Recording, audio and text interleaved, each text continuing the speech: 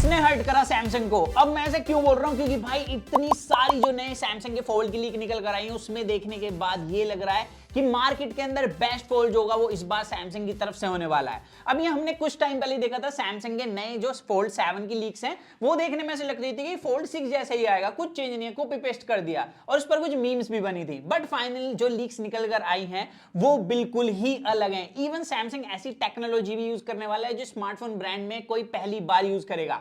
तो वो क्या सारी चीजें हैं, सारी चीजों की बात करेंगे और ये सारी बातें मैं हवा में नहीं कर रहा हूं, यहां पर मैं सारी चीजों के प्रूफ भी देने वाला हूं आप लोगों को। तो वीडियो में बने रहना, चैनल को सब्सक्राइब कर देना वीडियो अच्छे लगे तो।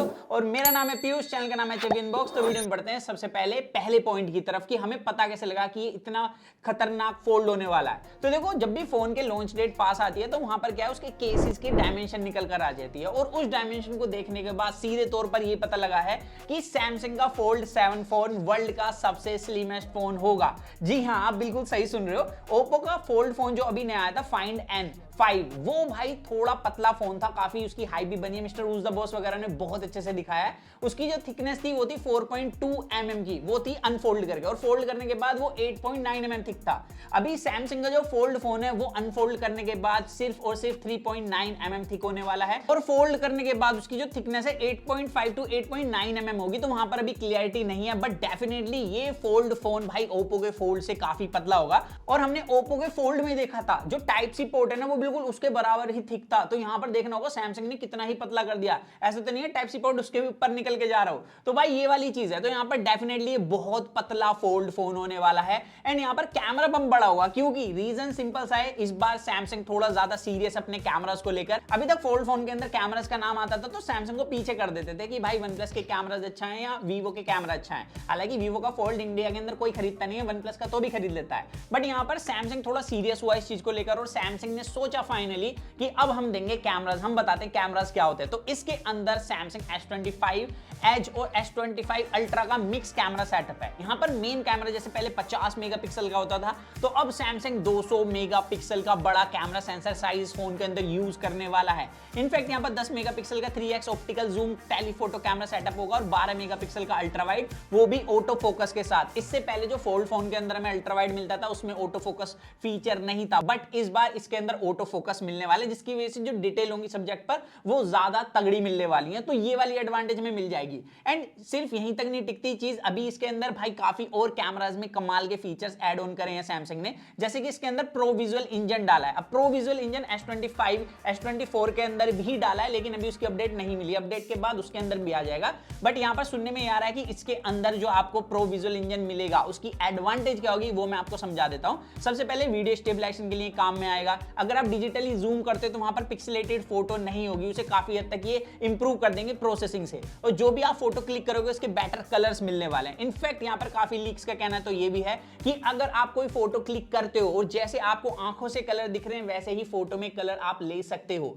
तो भाई सोच सकते हो टेक्नोलॉजी कितनी ऊपर जाने वाली है सैमसंग के फोल्ड फोन के अंदर इस बार। और सिर्फ बात यहीं तक नहीं टिकती, कैमरा के अंदर इस बार तगड़ा वाला AI भी इंटीग्रेट करने वाले हैं। लाइक काफी बार क्या होता है, हमें कुछ चीज ट्रांसलेट करानी है तो पहले हमें गूगल लेंस में जाना होगा या जिम्नाई के पास जाना होगा इसे बताने पूछने के लिए कि ये क्या चीज है। तो वो चीजें अब हमें करने की जरूरत नहीं है। सिंपली सुनने में ये आ रहा है कि हम अब कैमरा ऐप से पता लगा सकते हैं। तो इंटीग्रेशन AI की कैमरा ऐप तक पहुंच चुकी है, बट उसके लिए हमें इंटरनेट की जरूरत पड़ेगी, ये बात याद रखना। अब इसके अलावा ये बात होगी कैमरास की, जिसमें ये phone definitely one of the best होने वाला है मार्केट के अंदर इस साल। अब देखना होगा कि वीवो भी फोल्ड ला रहा है, उसके कंपैरिजन में कहां पर इसके कैमरे स्टैंड करेंगे। तो उसके लिए बस चैनल सब्सक्राइब कर देना, आपका भाई कंपैरिजन ले आएगा। बाकी बिल्ड पर चले तो यहां पर किसी तरीके की कटौती नहीं है। सैमसंग इस बार सिरेमिक ग्लास यूज करेगा फ्रंट पे, और भाई यहां पर फ्रंट मतलब कवर डिस्प्ले की बात कर रहा हूं मैं, अंदर वाली डिस्प्ले की नहीं। वहां पर तो आपको पता है एक प्लास्टिक और ग्लास का मिक्सचर वाली लेयर यूज होती है। बाकी साइड का फ्रेम आपको टाइटेनियम का मिलेगा, और यहां पर जो आपको भाई हिंज मिलेगी वो पहले से इंप्रूव होने वाली है। अब उस टेक्नोलॉजी में कितनी इंप्रूवमेंट होगी उसके अभी तक कोई लीक्स नहीं है, बट ये है कि हिंज इस बार और इंप्रूव मिलेंगी।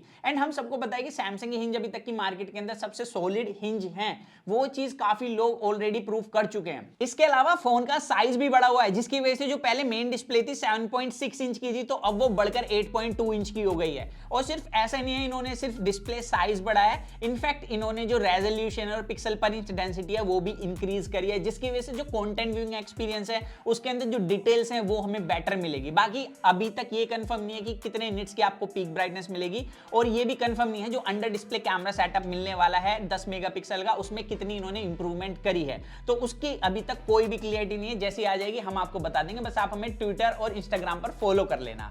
अब इसके अलावा जो बाहर वाली कवर डिस्प्ले है उसकी बात करें तो वहां पर उसका भी साइज बढ़ा है, पहले 6.3 इंच मिलती थी, अब वो 6.5 इंच की हो गई है।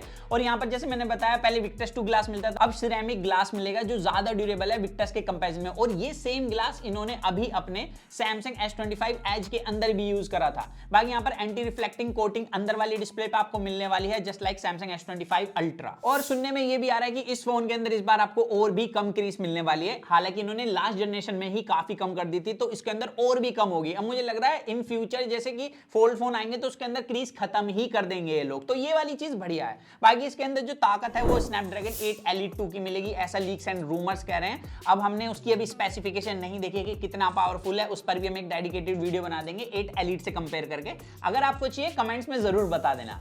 बट इस फोन के साथ अब मुझे जो लगती है एक कमी जो कि सैमसंग को एक्चुअली इंप्रूव करनी चाहिए थी, यहां तक कि ओप्पो ने भी अपने फोल्ड N5 के अंदर करी है, मतलब फाइंड N5 के अंदर करी है, उसके अंदर 5600 mAh का सिलिकॉन कार्बाइड बैटरी है, बट सैमसंग अभी भी सेम बैटरी देगा 4400 mAh की। अब यहां पर 4400 mAh की ये नॉर्मल लिथियम आयन बैटरी है जो कि अभी के ट्रेंड के हिसाब से कम है, बट हमें यहां पर ये भी देखना है कि सैमसंग ने फोन को पतला करा है, तो उसके हिसाब से देखो तो ठीक लगेगा। लेकिन जैसे कि अभी ब्रांड जो है सिलिकॉन कार्बाइड टेक्नोलॉजी यूज कर रहे हैं, तो सैमसंग भी करता तो हमें 5000 mAh तो बैटरी मिल ही जाता। बाकी यहां पर चार्जिंग स्पीड 25 वोट की है, 15 वोट की वायरलेस चार्जिंग, 4.5 वोट की रिवर्स वायरलेस चार्जिंग। अब यहां पर एक एडवांटेज है, जो लोग वायरलेस अपने फोन को चार्ज करते हैं तो उनके लिए यहां पर Qi2 टेक्नोलॉजी यूज करी है सैमसंग ने, जैसे कि अब आप ना मैग्नेटिक चार्जर से अपने फोन को चार्ज कर पाओगे, तो ये एक एडवांटेज है। इसके अलावा जो मेरे को एक और डिसएडवांटेज लगी इस फोन के अंदर, वो पता क्या है, वो है इसका एस्पेक्ट रेशियो। इसका एस्पेक्ट रेशियो अभी भी सेम है फोल्ड 6 जैसा।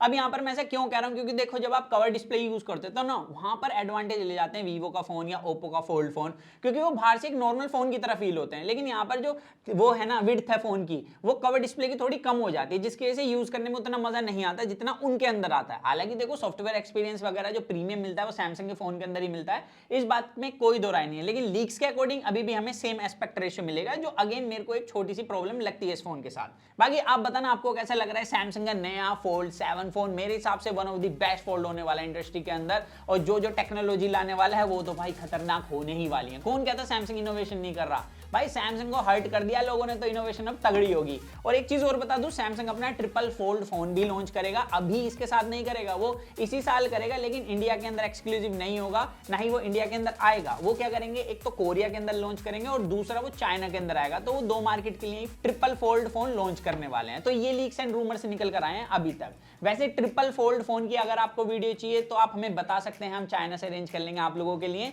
बाकी इस तरीके के एक्सक्लूसिव कंटेंट के लिए हमें फॉलो कर लीजिए, चैनल सब्सक्राइब करना, वीडियो लाइक करना है। तो मिलते हैं जल्दी कूल और एक्साइटिंग वीडियो में, जब तक के लिए जॉन मैग guys to watch your heart feels, stay tuned with that HFV and box guys.